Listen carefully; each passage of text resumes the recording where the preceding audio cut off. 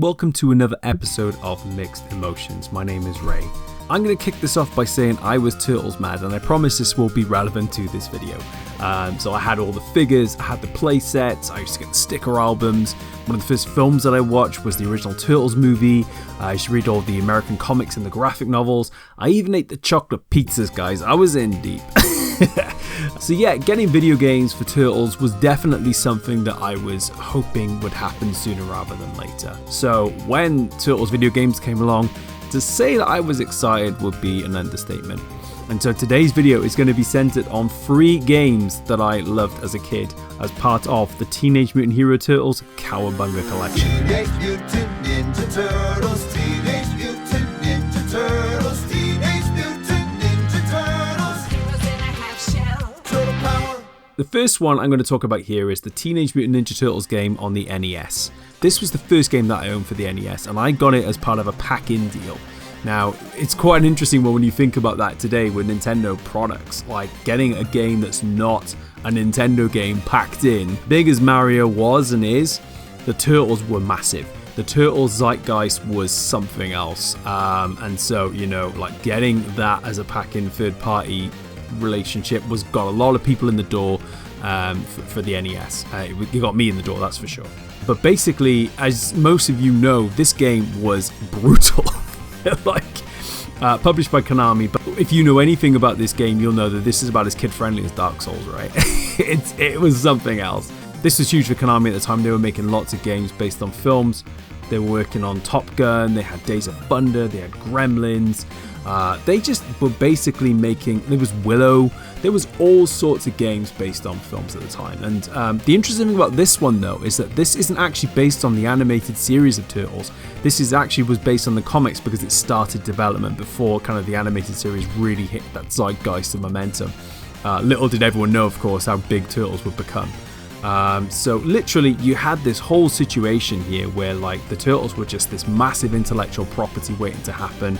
We got the pack-in opportunity with that, which made it more attractive. And obviously, as I mentioned, this was a hard game though, so this really felt anti what it should have been for all the kids that were clearly clamoring for this game at the time. Now, my sister has cerebral palsy, so we basically, this was a joint Christmas present between the two of us. I mean, my mother primarily bought it for me, but this was a joint present because, you know, there were games as well that, you know, for the NES that were kind of interesting to both of us, right? But also, if you think about immediately with cerebral palsy, like trying to control using the NES controllers to begin with, really difficult. That NES controller was just so, like, it was rectangular, it was hard on the hands, you know, even for me it was really difficult to grip and play. So that was a hard one in itself. And then you couple, as mentioned, this was a really brutal game. It wasn't really the kind of game that was fit for my sister, even though she adored the Turtles as well. So mostly it was me playing it. My sister got a Genesis, I'll talk about that another time. But yeah, so obviously this game was hard going. I was actually pretty proud of myself. I managed to get to the swimming sections, which are actually one of the hardest parts of the game. So as a kid, I was pretty pleased with myself. But I mean, you imagine when you're a kid, I will just play this over and over and over again, just trying to get to those sections. And this game was just so brutally unfair. I mean, you'd have enemies spawning all the time, you know, it'd be constant combat, you know, the jumping sections were brutal, the bosses would really hit you hard. This game was just not, it was not easy by any stretch of the imagination. And it's not really a traditional, what you might think of as a first Turtles game. I mean, there was like a missional structure to this. There was a mini map used to drive around in the turtle van to go between sewer points and like factories and warehouses. There was of course lots of fighting, lots of jumping because it's a platformer. The other weird thing as well, like there wasn't as many foot soldiers as you'd expect to find. Like there was a lot of like random like creatures and beings and bugs and robots and stuff. Of course the bosses were like iconic, like you had Rocksteady and Bebop and not there, and obviously Shredder himself, but like, you know, because it was based in the comics, I think they were just trying to find anything that was essentially an opposing villain to the Turtles in the game, in those comics, and put it into the game. It's fascinating, like kind of look at how licensed properties used to be handled. The game itself is actually pretty good. I wouldn't say it's aged particularly well playing it now, but like as a game, as of what it achieved and what it was able to achieve and what like kind of it, you know, what as a product, it was quite entertaining. If not, but it is notoriously considered one of the hardest games released for the NES, and rightfully so. But it kickstarted my NES collection. It's probably one of my all-time favorite Christmas gifts, which is why it was so important to me. I did eventually, of course, go on to Mario and Duck Hunt and games like that. Interesting as well, like obviously with the Turtles, so it was obviously labeled Hero Turtles in the UK, as many of you know. It wasn't Ninja Turtles because of the there was worries about the violent nature of it, and we had all sorts of kind of backlash in the times about how violent Turtles were and how popular it was. But this game also actually helped the NES overtake the Master System for the first time in the UK. So obviously Master System was the predominant platform. Like, we were pretty much like, say Sonic and kind of Alex Kidd folks here in the UK. But by having Turtles as a pack-in with the NES, this basically helps the NES explode in the UK, and obviously, you've seen that Nintendo reign of dominance continue ever since. Obviously, it was more, when you got to the Genesis versus the SNES days, it was very competitive again. But this was quite a pivotal moment in that kind of war between the NES and the Master System. So, yeah, this was a very important game for me. It wasn't necessarily my favorite Turtles game, which actually I will now go on to next, which was the Turtles arcade game. Now, this one, a lot of you will probably be a lot more familiar with. I was in the arcades all the time as a kid. I lost stupid money to this game. I used to go to Western Supermare, I used to go to Cornwall, London, Barry Island, wherever and whenever I saw this game, I was trying to play it. I loved it. This was my childhood in so many ways, and I think it's an interesting one because obviously the arcades are seen in a very different light today than they were back then. But in those 90s periods, arcades were just the place to be. You've actually probably seen a little bit in Stranger Things, if I just get a little sense of that, the 80s and 90s vibe. When Street Fighter first kicked off in the arcades, people would huddle around that machine to watch people fight each other. It was just something else. There was an atmosphere and a vibe to it. So yeah, the arcades were great fun, and that used to be my go-to machine. My mum used to play on the the Tuppenny Pushers. My dad would be on the Bandits and the Fruit Machines, and I would be there looking for Turtles, trying to play it, trying to get as much money as I could for my parents to spend it, and I'd be back in 10 minutes saying, "Mum, I've spent all my money," and she'd be like, "What?"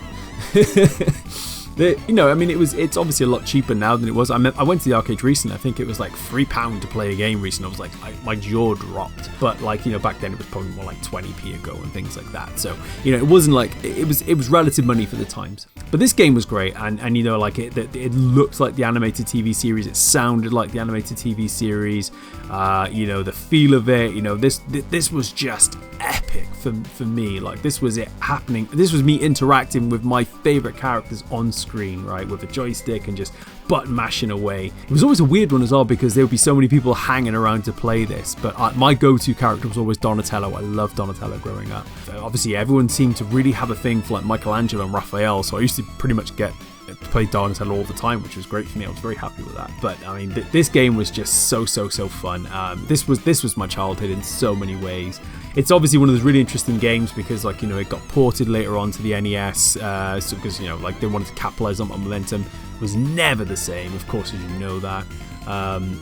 Then there's been remakes of it, and now it's in this Cowabunga Collection. The fact that it's here at all in this Cowabunga Collection still kind of blows my mind a little bit because the amount of money I spent on this game and time I wasn't able to play it. I barely got past the first boss. I think I beat Rocksteady probably a handful of times.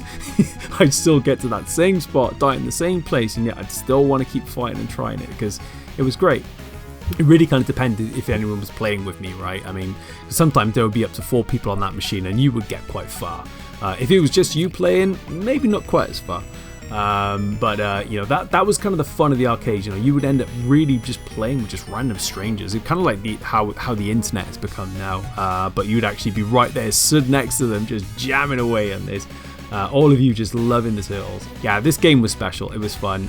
Really cool memories for me. And that leads to Turtles in Time, which was the third game I want to talk about here. So this was the closest you got to feeling that arcade game on a home console for the first time on the SNES. This was a unique story for me because, and probably the most interesting of the 3 stories, because what happened was it was an import video games reseller near me at the time, which is kind of mad to think about now. You don't really see that too much anymore, import sellers. But yeah, they were locally based. They were picking up games for the Sega CD they had the Sega CD way before it was officially released in like, you know, Argos and whatever. They had loads of like Super Nintendo, Famicom games, you know, they had Japanese games. And so, yeah, you know, for instance, I was picking, I had this interest in it because I was looking for SNES games at the time and I was trying to find out what I wanted.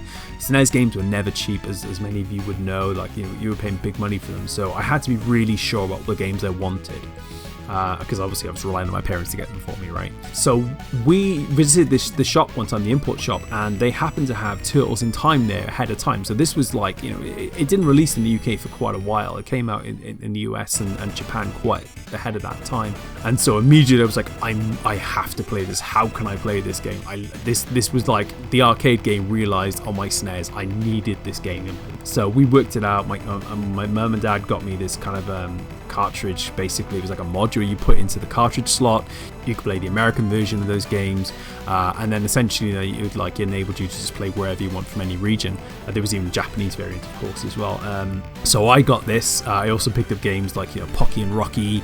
I got the Lost Vikings as well. That was my introduction to Lost Vikings because I got that ahead of time. So there were some great games that, you know, you were able to play months and a half. I remember actually vividly, so a bit of a sidetrack, but I remember Night Trap was like the big game they were promoting at the time because it was the first full motion game on the Sega CD, and they were really pushing that as the future of video games. So obviously we know how that turned out, you know, but just a fun little anecdote.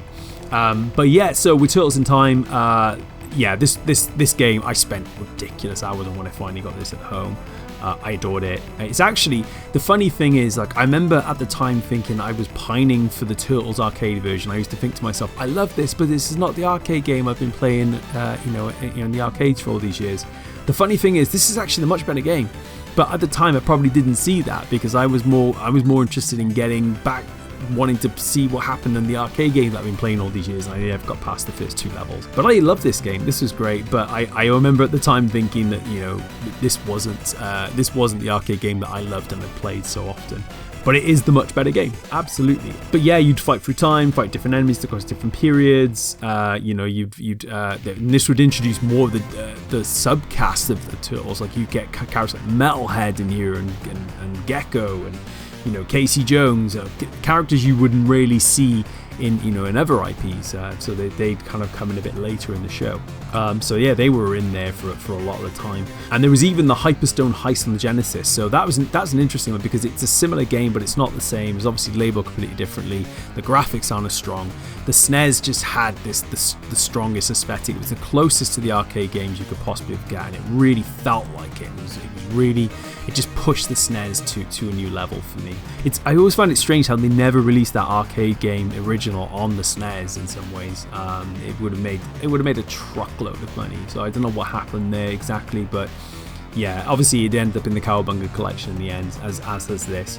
This got also remade in 2009 as reshelled, which is pretty much often gets forgotten about, to be honest, because the OG is still pretty great. Yeah, this Turtles in Time was a special one for me as well, because, you know, it introduced me to import games. It got me playing games from different regions, thinking about that, and I guess it kind of broadened my thinking about games and the wider world, about the games that release in the wider world, and probably just increased my, you know, love of the industry more and more. It became less about the Turtles and more about, oh my gosh, now I'm playing other games from other regions. What a mind-blowing prospect that is.